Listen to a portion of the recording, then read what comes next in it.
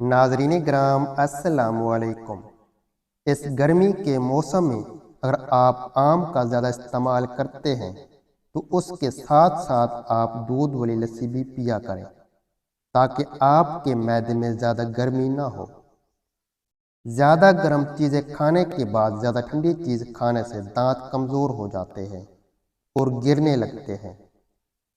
بکری کے دودھ میں سرسوں کا تیل ملا کر بالوں میں لگاؤ، بال جلدی لمبے ہو جائیں گے۔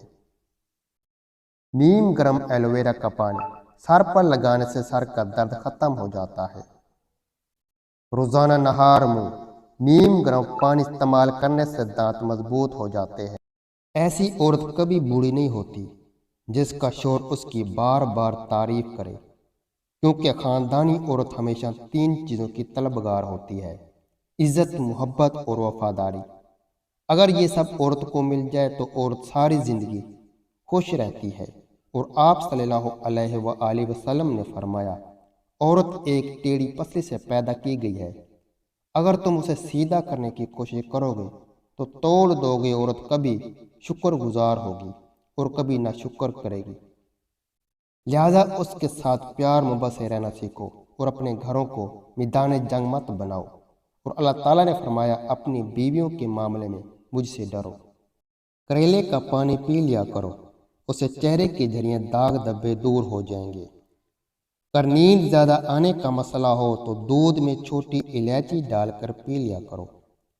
نہانے کے فوری بعد اپنے کان کے پیچھے تیل لگا لینے سے دماغی کمزوری دور ہوتی ہے۔ بلڈ پریشر کے مریض ڈالٹا گھی سے دور رہیں بلکہ آئل کا استعمال کریں۔ موٹاپا ایسی چیز ہے جو عورتوں کی خوبصورتی میں رکاوٹ بن جاتا ہے۔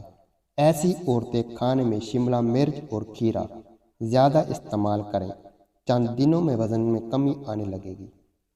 اخروٹ انسان کے جسم میں بے پناہ طاقت ڈالتا ہے۔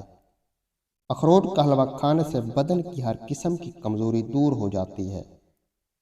بالوں میں سفید پیاز کا رس لگا لیا کرو، بال گرنا بند ہو جائیں گے۔ دیسی گھی کو گرم کر کے چاٹ لیں، اس سے جوڑوں کے درد میں آرام آ جائے گا۔ اگر آپ کا ناک بند ہو جائے تو گڑ کی دھونی لینے سے ناک فوراً کھل جاتا ہے۔